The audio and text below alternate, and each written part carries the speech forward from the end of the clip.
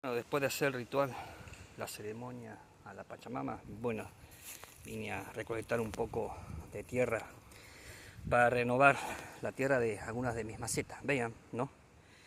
Que a pesar que acá en el hemisferio sur estamos en invierno, bueno, hoy es un día de mucha humedad, la verdad que el cambio climático está haciendo estragos, pero vean, el bosque donde yo vengo siempre a recolectar microorganismos, y demás cosas para mis cultivos o para mis plantas de maceta.